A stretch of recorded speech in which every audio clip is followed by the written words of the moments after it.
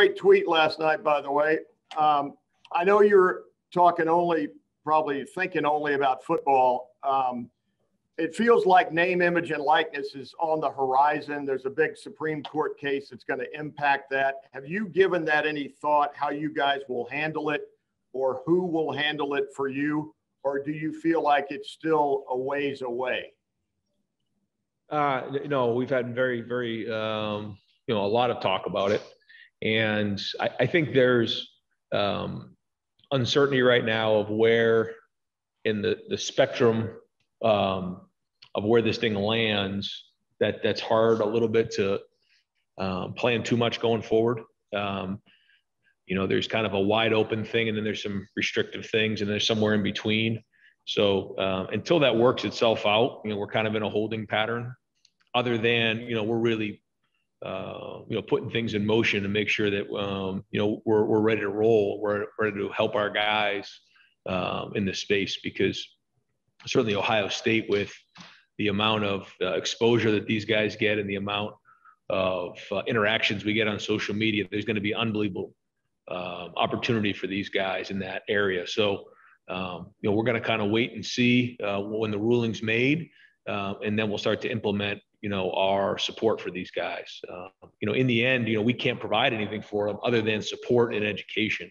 But certainly there's going to be a lot of opportunity for them. Okay, thanks. All right, we'll go next to Nathan Barrett from Cleveland.com. Hey, Ryan, can you kind of assess where Cade Stover is 1 year after this change he's made to tight end, and how close he might be to having a real role in the offense? Yeah, he worked really hard this past year, but he's like a lot of these guys that didn't have a spring last spring, didn't have much of a preseason, and then played behind Luke and Ruck last year, so didn't have a lot of game experience. But this is a big spring for him. This is the time. I mean, he's got to really step up now. I think he's poised to do that. He's had a good off season. So now, we'll see how the spring goes, but we're excited about what we see. All righty. Next up, Rob Aller, Columbus Dispatch. Oh, Rob, can't hear you, man. No. All right, Rob, we'll come back to you. Let's go to Tim May. Tim? Just joking. I'm just moving my lips. Hey, Ryan, last week, Taraja Mitchell admitted that he dealt with some performance anxiety problems or, challenges in the past and stuff. And basically, it wasn't just that he admitted that and felt like he admitted it, but he also was able to get, help from that, help for that. And I'm just wondering, how much does that show you how far you guys have come along as a program and maybe as a sport? And I know you've pushed for those kind of issues, that a guy not only can admit it, but can get treatment for it right there within the program. Yeah, Tim, thanks for bringing that up. I think it's really strong statement by him to talk about that. It shows his security and who he is as a person, and I think that's a strong statement, and it goes to show you that a lot of these guys suffer from that. But the fact that he's able to communicate it, ask for help, and we do have an environment here where it's talked about a good amount, that you have physical health and you have mental health. And, if you're spending a lot of time on your physical health, but not your mental health, you may have an issue. And so, we talk about that all the time. We have support here, and it's recommended. And, I've talked to the guys before and explained to them that, I've spoken to people before. We all need to work on it. Yeah. And for him to not only ask for the help, but then feel confident enough to speak up and explain that he went through that, hats off to him. And hopefully there's other people out there that hear that and are willing to ask for help. Thanks, man. Yep. Thank you. All righty, Rob, you're up. Can you hear me this time? Got you, brother. All right, great. It's a whole new ball game, Ryan, with quarterbacks. Can you just run us through some of the key differences and challenges between having a new guy that's never thrown a pass in a game and, say, a Justin Fields returning? From your standpoint, how do you handle that? What do you do with these guys? Yeah, I mean, the first thing is there's just not game experience. There's not a lot of practice experience. There's not a lot of snaps. And because of that, it's like when you ride a bike, you don't just jump on a bike and start riding, you fall down some. And so there's going to be growing pains along the way. And you just have to be willing to work through those. Justin had his, Dwayne had his, Joe had his, JT had his. I mean, every quarterback has their things that they work through. What you like for them to learn through a couple of years in the program. And then by the time they get on the field, they've kind of worked through a lot of those things. Well, today's day and age, we don't have the luxury of doing that. So, these guys are going to kind of, jump with 2 feet in the pool, and they just got to go and learn how to swim quickly. But like we talked about before, they're going to make mistakes, but how quickly can they learn from those mistakes? If we start to see the same mistake twice, then that's going to be an issue. And then how well do they prepare? How well can they solve the issues of the day? And I think that's so much of being a quarterback. And, when you look at the greatest there are in the game, maybe they're not the most talented, but they're certainly the most skilled and disciplined. And that's what these guys are working on now. You've talked about this before, but is that to Tony Gerdeman, Buckeye Scoop? Ryan, going off a little bit of what Rob's talking about, with Kyle McCord, knowing how important those game reps are and you guys not having those, are there fewer roadblocks for him to win this job than in a standard year? And how have you seen him perform so far since he's been at Ohio? I mean, it's still early, still learning the offense, and we're still installing and all that. But I mean, there's no incumbent starter, so the competition's open, and guys are competing every day. And I think the thing for those guys is the other way to look at this thing is you can't win the job in one day. You can't win the job in one throw either. You have to just build over time, and that's important to understand, because I think it's easy when you're young to try to force the action and try to win the job, and that doesn't come that way. It comes over time with just a body of work, and that body of work's being built. All righty, next up, Bill Rabinowitz, Columbus Dispatch. All right, about the quarterbacks, has enough time passed that you can give at least kind of first impressions of each of the 3 guys and what they've impressed with and what they need to work on? Yeah, I mean, not really. I think they all share that they're still doing some things for the first time, and we're still on first and second down. We start installing third down on Wednesday, and then we can start getting into move-its and situational things. So they all throw the ball well. The ball comes out of their hands well. They still need to work on consistency in those areas and the different things fundamentally and technique-wise throwing it that makes them more consistent. But they certainly all throw it good enough. Now, decision-making, timing, consistency, vision, anticipation, those are all the things that come into play. And then in the end, who takes care of the ball? The guys who turn the ball over aren't going to last very long as a quarterback at Ohio State. So, those are the things we'll have to figure out. But, yeah, I mean, when you just watch them go out there and throw the ball on air, I mean, they all look the part and they all throw it really well. But now who's going to run the offense and be a leader? Because in the end, that's what quarterback's number one job is, being a leader. All righty, we'll go next to Whitney Harding, WCMH. Hey, Ryan, tomorrow is pro day. My question is about Trey and Tommy. They are using this as an opportunity to help others and not just further their careers. What does that say about those 2 guys and your program, that these players are thinking beyond themselves with regards to their platforms? Yeah, I think that it's something we talk about in recruiting, is the platform that Ohio State provides, and the fact that, they obviously, their values of compassion and giving back and generosity is significant and enough to the point where they're giving back already. And, means a lot to a lot of people and goes to show you what type of people they are. But that's why we talk about it in recruiting, and we encourage that. You use the platform that Ohio State has provided to you to make a difference, whatever that is. Certainly don't talk about that. That's up to them. And these guys are doing that, which is great, because that's what it's all about. All right, let's go next to Patrick Murphy, 247. Ryan, you've talked in general about the young cornerbacks. I'm curious, specifically Legend Cavazos, where he stands, what he needs to improve on, just kind of your assessment of him now, a year into the program. Yeah, I mean, he flashes. He's done some good things early. I mean, consistency is something that I know that, we're looking for with him, and the coaches on defense talk about, because he does flash and show that he can do it, but he needs to do it all the time and continually, get better in those areas. the good news for all those guys is they're going up against really good competition every day, you know, with Chris and Garrett and Jackson and Jamison Williams and, you know, some of the guys over there. So it's a great challenge for them.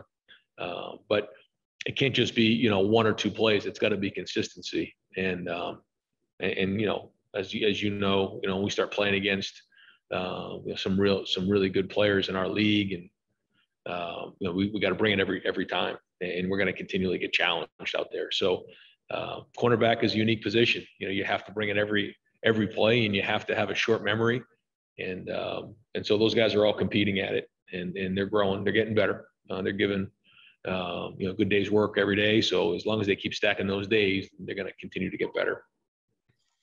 All righty, next up, Bill Landis from The Athletic. Hey, Ryan, I wanted to ask about Lathan Ransom. I guess two things. One, what do you recall about the end of his recruitment and some of the uncertainty there with Jeff leaving and some of the challenges that presented? And then two, what did he do last year to get on the field as a true freshman in a season where guys didn't have, as you've said several times, like the normal buildup that you'd like the freshmen to have? Yeah, I mean, he really came on for us and played well, especially in the semifinal game against Clemson. Really competed. You know, he showed that he could do that in practice. And so because of that, he had an opportunity to do it. It was hard this year, like you said, because we just didn't have a lot of those games where we could throw some of those guys in there and find out. So when he was in the game, he hadn't done a whole bunch leading up to the end of the year. So to see him play like that was very encouraging. And yeah, the recruiting part of the process, you know, he never really wavered. He was always strong, and you know, we had the communication that, you know, we were going to continue to stay with the same style of defense and how he fit into the defense. And you know, he committed to Ohio State, and he's got a really, really bright future ahead of him. And he's, you know, I'm really excited to see him play this season. Thanks. All righty, next up, Brendan Gulick, Buckeyes Now on SI. Hey, Ryan, sticking with the pro day theme for tomorrow, I'm curious what kinds of things guys that are not participating in the pro day because they're still in your program, what kinds of things they can learn from having that experience on campus, and how, you know, with so many of them, I assume, hoping that they can be in a position someday where they are, you know, trying to showcase themselves in a pro day. You know, just what tomorrow's experience for their former teammates can be like to maybe help them prepare for that moment. Yeah, I think the first thing you recognize is that it's going to be here faster than you think, because, you know, these guys that you grow up watching in the NFL, they kind of, you know, seem like, you know, you look up to them and you watch them, and it's like, wow, that seems like you know, miles away. And then some of the teammates that you played with a few months ago are now going to the NFL and going to the draft. So you realize that it's right around the corner, and that you have to have urgency about you, because, you know, they're going to be in that same spot here soon, and they're going to have that opportunity. And so, you know, to maximize the day, and I think it brings urgency about them. I think the second thing is you realize, you know, how well these guys, when they leave and they go with some of these people, they really do a great job with their diets, and they come back looking leaner, you know, and you can just see that they really look the part. They put a lot of time into their bodies, and so much of it is their diet. So I think when you see that, and you combine that with the urgency, it's a good thing for those guys to see, and they'll be out there watching tomorrow. All righty, we'll go next to Jeremy Birmingham, Leonard Monroe. Ryan, we're about 13 months into this recruiting dead period, and it finally looks like there's at least a light at the end of the tunnel. And then you start to see now a lot of programs around the country are maybe loopholing their ways into ending it prematurely. And I'm just wondering, from your perspective and the program's perspective, how frustrating is that to know that you guys have waited this long, and then to see sort of rules being skirted? And what's the pressure to try to maintain or keep up in that environment? Because it kind of feels like a wild, wild west right now. Yeah, it's been hard for the recruits. It's been hard for us. And I know it's been hard for their families.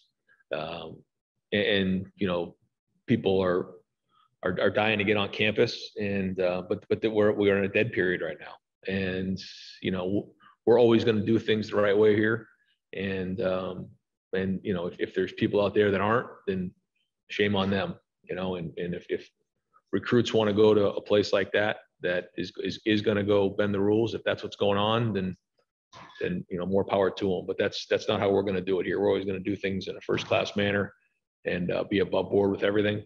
We are dying to get these people on campus and be around them, and host them on visits and have meals with them and laugh with them and look them in the eye, and show them our culture. That's the biggest thing is to see our players and see what's here. So that's been hard for all of us. But in the meantime, we're going to take the high road and do things the right way. And I think that our recruits and our families respect that. And hopefully that's what they want to be a part of. Thanks. All right, we'll go next to Doug Lamarice, Cleveland.com. Ryan, you've been asked about the quarterbacks a lot today, and obviously, as you said, they all look the part, throwing the ball and that kind of thing. I guess this is a question for every quarterback competition, but what you're talking about with processing and in the moment and leadership, will you be able to get a full handle on that this spring and in the preseason, or is there some part of this competition that you just won't exactly know for sure until the winner plays against Minnesota? Yeah, and even then you may not know, Doug. The process of all that, and as you guys all know, I mean, it's from when you're a freshman, sophomore, junior, senior, and all the different stories of the quarterbacks that we've had here. Going back to even before I got here with JT and Cardell, and then it was Joe, and then it was Dwayne, and then it was Justin. We have all these different stories of guys developing and learning at different times. And so to answer your question, no, I think the more practices we have, the more times we can put them in game situations, the better feel we'll have. But you never stop learning, and you see some of these guys who maybe go on to play in the NFL, and sometimes it takes 5 years.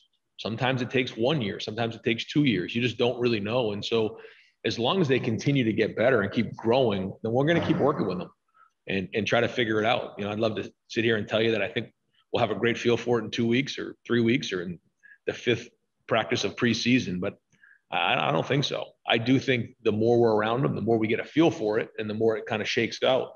But you're right. I mean, even going to that first game, you'll still be learning and trying to evaluate it all. Thank you. All right, let's go next to Austin Ward, Letterman Row. Ryan, you've got 4 or 5 maybe potential or projected starters that can't participate in this spring, at least fully. I know that that's not uncommon for spring, but this is really missing 2 in a row for those guys. I know the flip side is that you can get younger guys reps, but is it more of a for you this particular year after what you missed that those guys aren't involved? Yeah, I mean, it's a shame, but that is also football.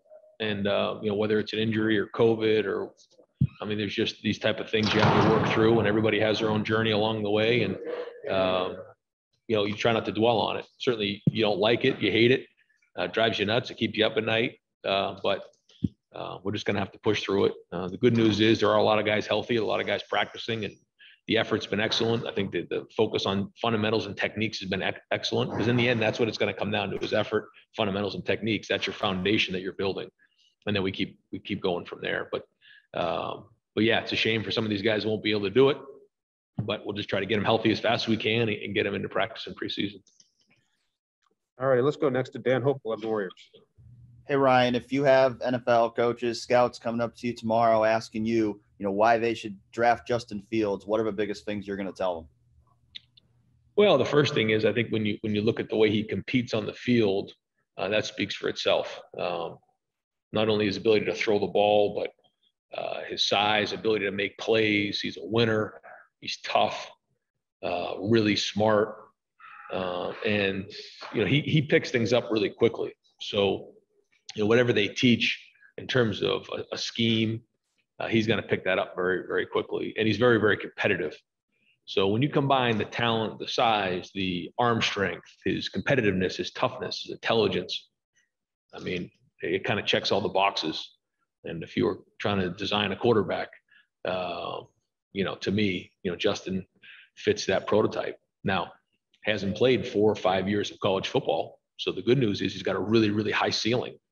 And, whoever drafts him, if they have, a really good plan for him and continually developing him, then the sky's the limit for Justin Fields. And I don't think anyone can argue that. Whether he's, ready-made to be the number 1 pick in the draft, that's up to them. Every team has to make their own decision. But I know this, everything you invest in that kid, you're going to get back. And it's just a matter of the fit. But yeah, I mean, when you start to go through all the different traits that he has, to me, he checks all the boxes. And he's a wonderful young man. So I think, someone's gonna take a shot at him here early in the draft, and they're gonna have a franchise quarterback for a long time. We'll go next to Stephen Means, Cleveland.com. Ryan, just another question about the quarterback battle. Obviously, part of the benefit that Jack and CJ would have had last year is just being around Justin, whether it's in practice time or just hanging around the Woody or whatnot. How much of that did they lose with the pandemic? Not just necessarily the on the field stuff, but just some of the off the field intangibles that maybe he could have been teaching them over the past years. And how does that impact this battle now? I think on the field stuff, they got a chance to see it for the most part. It was more of the off the field things when we would split up a little bit in terms of meeting. So they still saw it. They still got a feel for it for the year. They didn't get to see the last spring. They probably didn't get to see a whole bunch, in the off season. They did see mat drills last year with Justin was awesome. So they got a good feel for it. I wish there was a couple years in a normal year where they could have been around it more to learn more. But they did at least feel it a little bit this past season. All right, we got just time for just a couple more. We'll go to Adam Rittenberg, ESPN. Yeah, Ryan, I'm just wondering, with your recruiting efforts, where do you see that impacting the roster the most as far as areas or groups of guys that you see being able to play right away and make an impact?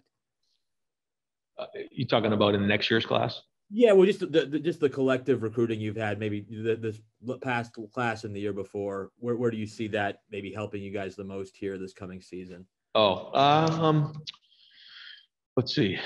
I mean, there's 3 receivers who just came in mid-year. Those guys are going to be in the mix. 2 young running backs that both look really, really talented. I think those guys have a chance to get on the field for us. I would say certainly the quarterbacks, they're young. And then the D-line, we'll see with the D-line. In the secondary, some of those guys are here. Some of those guys are getting here this summer.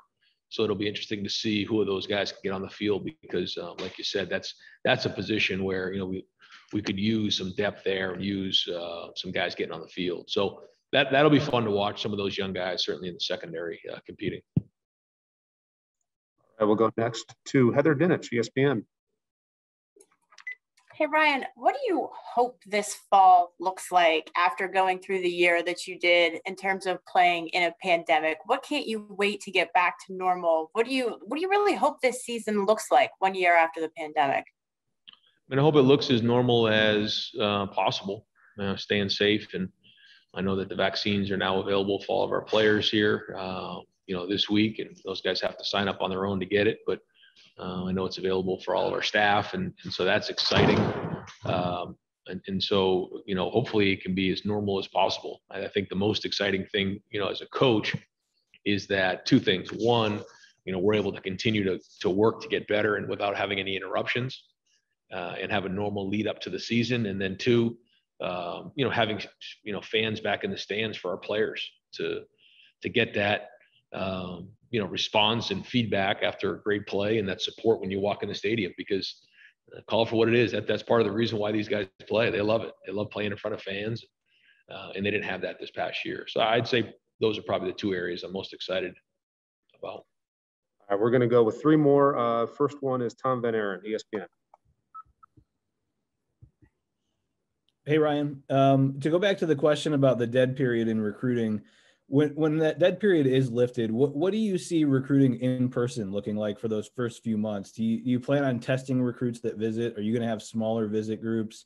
And then is there anything different that you guys might do to try to get caught up in evaluations? And how are you preparing for that? Well, we're waiting to see. There's really not much we can do preparation wise other than talk to the recruits and their families about coming to visits if it does open up here in June. I think there's going to be some restrictions on how many people we can have in. You're talking about a year and a half of people who haven't been on campus. That's really 2 classes that haven't been here. So they're going to be coming over the walls. And so we're just going to have to be smart about all of that. But for the 2022 class, you know, we're going to be able to do some official visits here, which is great. Get them back on campus, and we're going to wait to see what the university says about you know, testing and that stuff when they come on campus. But there's also some talk about possibly having, you know, whether it's camps or even in-person evaluations here when they get here. So we're waiting to find out and get some direction on what to do. And then at that point, we'll kind of go from here. But it's kind of like hurry up and wait and you know, see what's going to happen here. But we have some contingency plans in place. Certainly talking to the families about getting them here, because I know there's a lot of people that are excited to get on campus and get around the program. All righty, we'll do two more. First one to Joey Kaufman, Columbus Dispatch. Ryan, have you given any thought to how the expansion of roster sizes this fall will kind of affect teams differently throughout the conference? Like some teams have projected to have 90+ guys on scholarship. More teams will have more returning production and experience versus other teams. Do you have any sense on how that might look or just kind of shape the season? Yeah, I mean, there's still restrictions on the travel squad and you know, how many guys can you actually play. So I think there's going to be some teams that, yeah, will probably have some more 4th and 5th year seniors, and that'll be significant.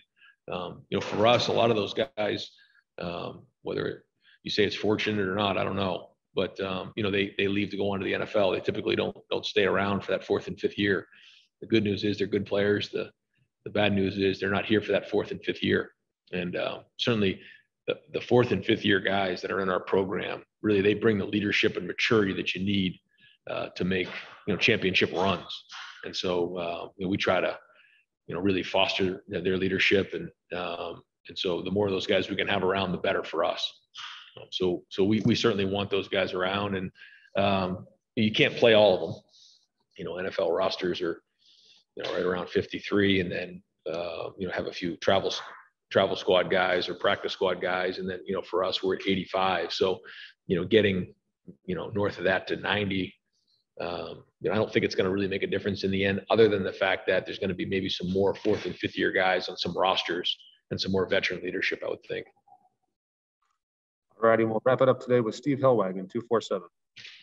Yeah, Coach, I'm curious about your center position. I know Harry Miller sounds like he's not practicing, and who's repping there? And when you build your offensive line, you have the 2 tackles back and Miller, but are you starting at center and building out from there, or are you looking for the best 5 guys, or what's the rationale? Kind of a 2-part question there. Yeah, we're looking for the best 5 guys. That's for sure. And whatever that looks like, you know, we'll try to make that work. We've done that in the past. Repping right now at center is Matt Jones, Luke Whippler, and Jacob James. But we can easily, you know, when Harry gets back, he can move into center. We have some other guys taking snaps along the way that can do it as well.